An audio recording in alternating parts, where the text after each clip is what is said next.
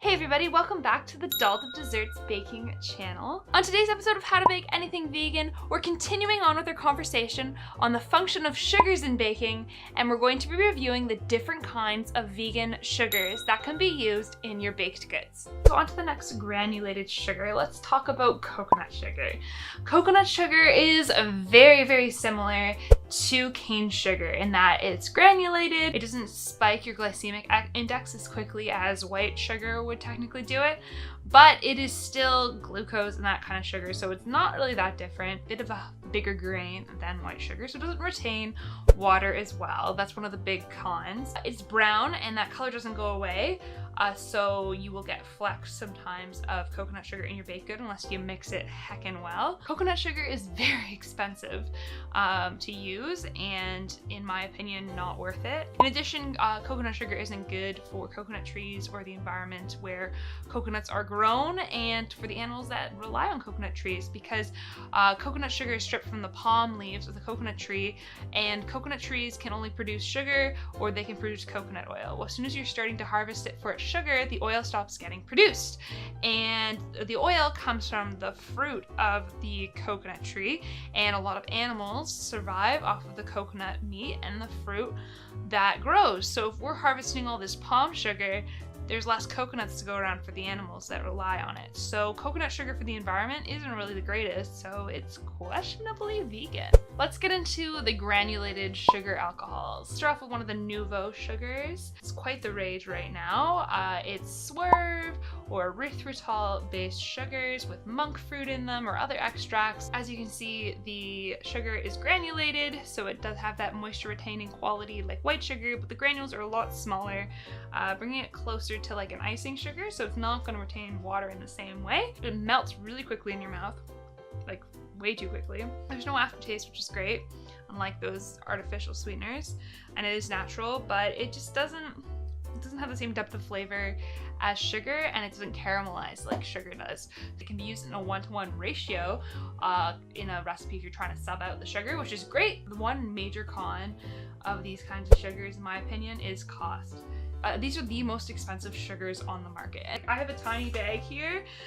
It's 235 grams. I could get one batch of cookies out of this whole bag, and if I use it in the 1-to-1 ratio, and this bag was $15. Ridiculous! If you have deep pockets and want 0-cal sweeteners, this could be your saving grace. Who can say? Another 0-cal sugar that's granulated, but it can also be in a liquid format or a powder format, is the one and only stevia. The claims are true. It is a naturally occurring sugar. It grows in South America, like most sugars do. It is a sugar alcohol, so it does not get processed in the same way as glucose does, thus making it 0-cal and 0 sugar. In terms of cons, it's definitely more pricey than regular sugar. And because unless it's granulated, you don't really need a lot of it, but even if it's granulated, it's not going to retain moisture in the same way as white sugar or any other granulated sugar for that matter, even Coke. The number one issue and con that makes stevia my very last choice for anything, even though it has diverse applications, is that it tastes horrible. Ugh! Like on its own, if you use stevia in a baked good, forget it. It's stronger in flavor than molasses. It tastes like aspartame, and it just ruins the entire balance of the treat. If you're into that and you like the taste of stevia, then you've found a wonderful solution. And now for the category of items that contain sugar in them, we're talking about applesauce and bananas. Applesauce and bananas are great because they are indeed unrefined. They come from a natural fruit. You can buy them unsweetened. They're really great for that. They contain a natural amount of sugars, technically less than you would if you were to put in white sugar. They are quite moist, so they do add some moisture to baked goods and some chew and texture. The number one pro of using fruit purees in your baked goods is because they have a dual purpose of acting as an egg replacement as well as a sweetener. They not only provide moisture, but they provide leavening because they are slightly acidic, which helps react with the baking soda and the baking powder to help make things rise and spread just a little bit more. They're great in that application, especially if you're using them in something that is very fruit forward, so like an apple cake or zucchini bread or banana bread, or if you're making cookies, applesauce is the egg replacer that I love to use. Where I go into the con, not a ton of it, fruits tend to take over the taste and ruin the balance of a baked good. Especially bananas. You will taste that banana in that baked good if you use it, so be prepared. If you're gonna sweeten your baked good with banana, it's gonna taste like banana. Great for banana bread, but not so great for brownies, in my opinion. The other fruit that is typically used as a sweetener in baking is dates.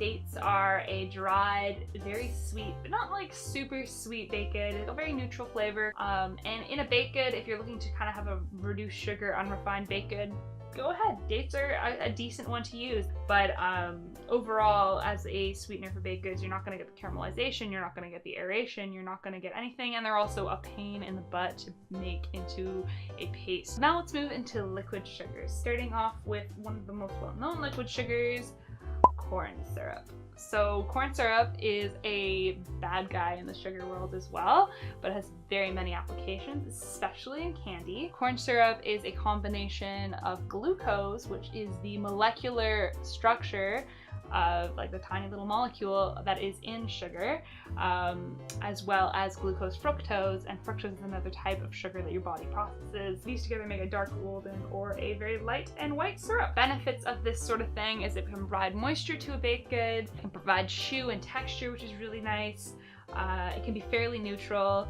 I don't like using it specifically on its own. I like to use it in combination with certain things, like I'll throw a little bit in a frosting or maybe a little bit in a cookie, but my favorite application for corn syrup is in sauces and in caramels.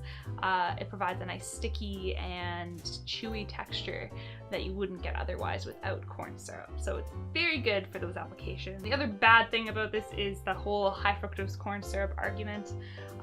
Corn syrup does contain fructose, and fructose spikes your sugar a lot more, and your body doesn't break it down quite like it does with glucose and stores it and uses it for energy. So not ideal, but has its place. Talk about agave. I'm gonna tell you straight up, I don't like agave.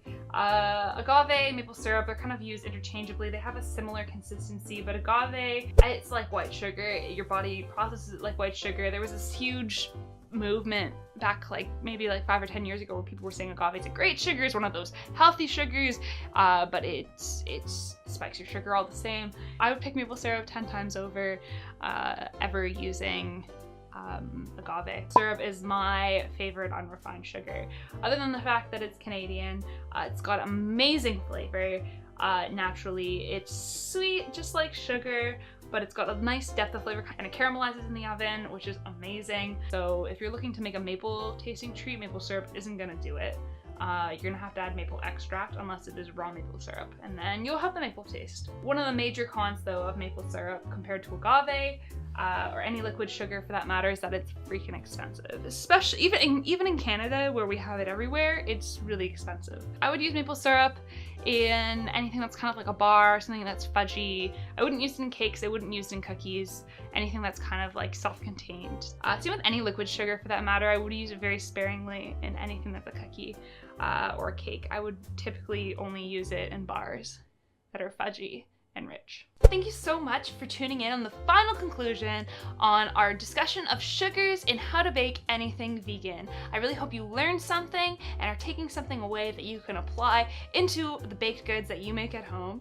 If you enjoyed this video and are enjoying the How to Bake Anything Vegan series, and you want to stay up to date with everything Dolled Up Desserts, make sure you hit the subscribe button and the little bell. Oh, and if you want to learn more about Dolled Up Desserts, go and find us on Instagram or Facebook at Dolled Up Desserts Baking. Thanks for watching!